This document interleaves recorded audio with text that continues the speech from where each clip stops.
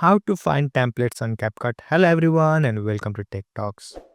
Using templates on CapCut help you to edit videos within a minute or seconds. And all you need to do is follow these few simple steps. So first thing first, open a CapCut app. And here on bottom of your screen, you will find different options.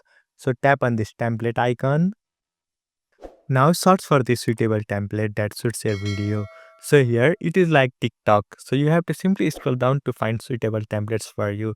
So it will show you all the trending templates on your For You page. So scroll down.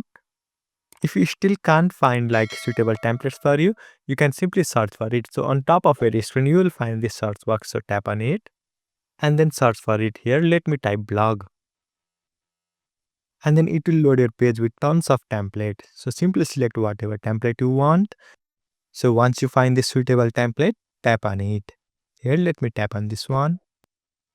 And then tap on use template located on bottom of your screen. And then it will open up a gallery. So simply select whatever photos or videos you want to upload. So on top of your screen, you can find three different options, all videos and photos. So simply go on whatever you want to add and then select your photos and videos.